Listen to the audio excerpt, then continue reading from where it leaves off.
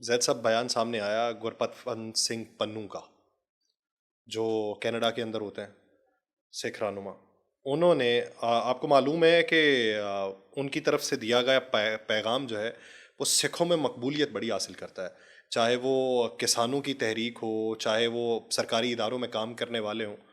انہوں نے کہا کہ اگر جنگ لڑتی ہے تو پاکستان کے خلاف سکھ نہیں لڑے گا. تو اس کا کیا نتیجہ دیکھتا ہے؟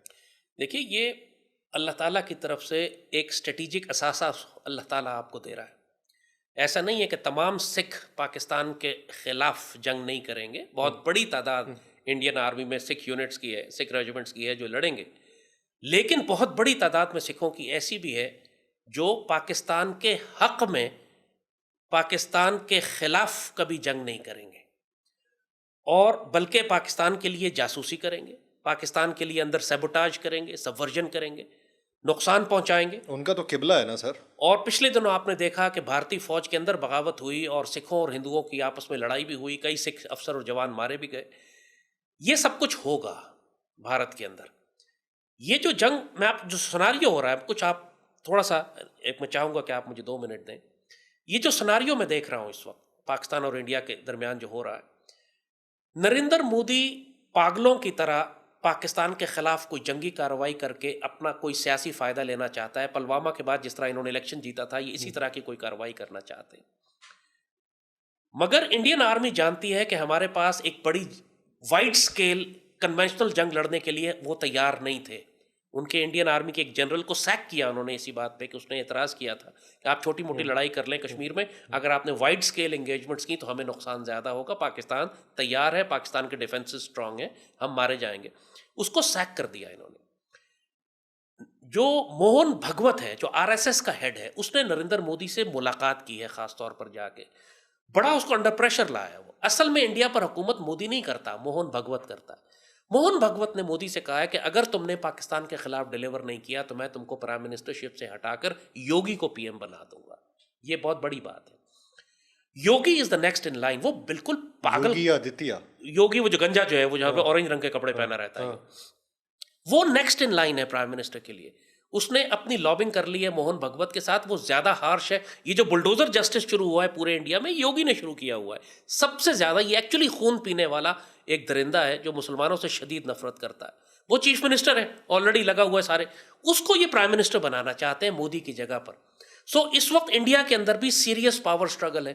ابھی ہوگا یہ کہ یہ جنگ کریں گے ہمارے خلاف، اور انشاءاللہ ایز آئی سی اٹ اس میں ان کو بہت مار پڑے گی. ان میں ان کے کئی جہاز ابھی نندن ٹائپ بہت سارے ہمیں اور مل جائیں گے، ہم مار گرائیں گے. مودی ذلیل ہوگا. لیکن سر جنگ جو ہے اس کے وقت کا تو تعین نہیں کیا جا سکتا کہ کب مسلط ہو جائے. اگر جب یہ پوڈ کاسٹ جو ہے یہ آن ایئر ہو اس وقت تک صورتحال بن چکی ہو، تو اس وقت کی حفاظتی تدابیر کیا بتائیں گے یا قوم کو پیغام کیا دیں گے؟ دیکھیے، پوری پاکستانی قوم کو اس آزمائش میں سے اب گزرنا پڑے گا جرأت کردار کے ساتھ. آپ کو پاک فوج کے ساتھ کھڑے ہونا ہے. آپ کو ہر محاذ پر پاک فوج کی پشت محفوظ کرنی ہے. ہماری صفوں میں بہت زیادہ غداریاں ہیں، جہنم بھی ہیں، بی ایل اے کے دہشت گرد بھی ہیں. پاکستانی قوم کو بہت بڑی آزمائش سے گزرنا پڑے گا. آپ جو کر سکتے ہیں پاکستان کے لیے کریں. جیسے ہم کہتے ہیں کہ اگر آپ ریل چلاتے ہیں تو آپ ٹرینیں وقت پہ چلائیں. آپ کا کام اگر بجلی کا نظام ٹھیک رکھنا ہے تو آپ ہر صورت میں بجلی پہنچائیں. اگر آپ کا کام میڈیکل سپلائز اور ہاسپٹل اور ڈاکٹر ہیں تو اپنے آپ کو پریزنٹ کریں پاکستان آرمی کو ایمرجنسی سروسز کے لیے.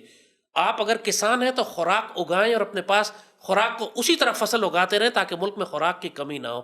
ہر پاکستانی کو اپنے حصے کی ڈیوٹی کرنی ہے. اور سب سے بڑھ کر آپ کو جو آزمائشیں، مشکلیں اور پریشانیاں آتی ہیں غزہ کے مسلمانوں سے سیکھیں. اب ماتم مت شروع کر دیجیے گا. جرأت کردار کے ساتھ، صبر کے ساتھ، اللہ پر بھروسہ کر کے اس آزمائش کا، اس مشرک دشمن کا مقابلہ کرنا ہے. یقین رکھیں کہ اگر آپ مارے گئے اس نیت کے ساتھ کہ آپ غزوہ ہند میں شامل ہیں تو آپ بہترین شہید ہوں گے. اگر آپ بچ گئے تو آپ بہترین غازی ہوں گے. جنگ آپ کے اوپر آ گئی ہے، آج نہیں آتی. اگر کسی وجہ سے ڈیلے بھی ہو جاتی ہے، 1-2 سال بعد، چند سال بعد آئے گی. فیصلہ کن جنگ ہوگی. یہ بات اب سب کو نظر، پہلے مذاق ہمارا اڑاتے تھے نا، اب کہہ رہے ہیں ہاں واقعی دشمن جنگ کرنا چاہتا ہے. اب پوری پاکستانی قوم کو جنگ کے لیے تیار کریں. ہم نے نیشنل کیڈٹ کور شروع کرنی ہے. ہم نے اپنی بچیوں عورتوں کو میڈیکل فرسٹ ایڈ کی اور جہاد کی اور جنگ کی تربیت دینی ہے. ایک واریر کلچر پیدا کرنا ہے اپنے اندر. ایک نظریاتی طور پہ ایک قوم تیار کرنی ہے جو اللہ اس کے رسول سے نظریاتی طور پر پاکستان کے روحانی نظریاتی اساس پر ایمان رکھنے والی ہو، جو پینک کر کے نروس بریک ڈاؤن ہو کے چیخیں مار کر بے ہوش نہ ہو جائے، بلکہ جرأت کردار کے ساتھ کھڑی ہو پاکستان کا دفاع کرنے کے لیے۔ ہم بہت لیٹ ہو چکے ہیں، لیکن پھر بھی یہ جنگ ہمیں زندہ کرنے کے لیے کافی ہے انشاءاللہ۔ اگر ہمارا پانی روکا گیا تو یہ اعلان جنگ ہوگا۔ اچھا، پانی کس حد تک روکا گیا ہے یا کس حد تک روکا جا سکتا ہے، یہ ایک مختلف منظرنامہ ہے، کیونکہ یک طرفہ طور پہ یا مکمل طور پہ پانی روکنے کے لیے آپ کو نئے ڈیمز بھی بنانا پڑیں گے، اتنے ریزروائرز آپ رکھیں گے تو تبھی جا کے ہوگا، لیکن ان کی طرف سے ابتدائی طور پہ اس کا منسوخ کر دیا جانا اس معاہدے کا، جس کا بین الاقوامی جو بینک ہے وہ ضامن ہے، یہ ان کی طرف سے تو اعلان جنگ ہو چکا۔ تو پھر اگر یہ منسوخ ہو چکا ہے تو ان باقی 3 دریاؤں کا کیا کریں جو وہ لے گئے؟ ایگزیکٹلی یہی بات ہے کہ اگر انڈیا نے یونیلیٹرلی یک طرفہ طور پر انڈس واٹر ٹریٹی کو وائلیٹ کر دیا اور کہا ہم اس کو نہیں مانتے، تو اس کا ایک مطلب یہ ہے کہ جو پہلے مشرقی 3 دریا ستلج، بیاس اور راوی ہم نے جو ان کو دیے تھے، وہ دریا بھی اب ہم واپس لے سکتے ہیں۔ اور ایکچولی اب یہی ہمارا سٹانس ہونا چاہیے کہ تم نے جو غداری کی ہے، تم نے جو معاہدہ توڑا ہے، ہم نے جو 3 دریا تم کو دیے تھے، اب ہم وہ 3 دریا بھی لیں گے۔ جرمانہ بھی تو لگنا چاہیے دشمن پہ نا، اس طرح تو نہیں چھوڑ سکتے آپ اس کو اب، کیونکہ اب ہوگی ان کے ساتھ ایک جنگ۔ بات یہ ہے کہ آپ دشمن کی نیت پر اعتبار کر کے جنگی تیاریاں نہیں کرتے، آپ اس کی کیپیسٹی پہ، اس کے پوٹینشل پہ کرتے ہیں۔ جب ایک دفعہ اس نے اپنی نیت ظاہر کر دی ہے کہ وہ آپ کے 6 دریا روکے گا، اب اس کے بعد ساری زندگی آپ اس پر دوبارہ اعتبار نہیں کر سکتے۔ ہم نے ایک معاہدہ کر کے دیکھ لیا، اس نے وہ معاہدہ یک طرفہ طور پر توڑ دیا، اب ان کے ساتھ ہماری ایک فیصلہ کن جنگ ہوگی۔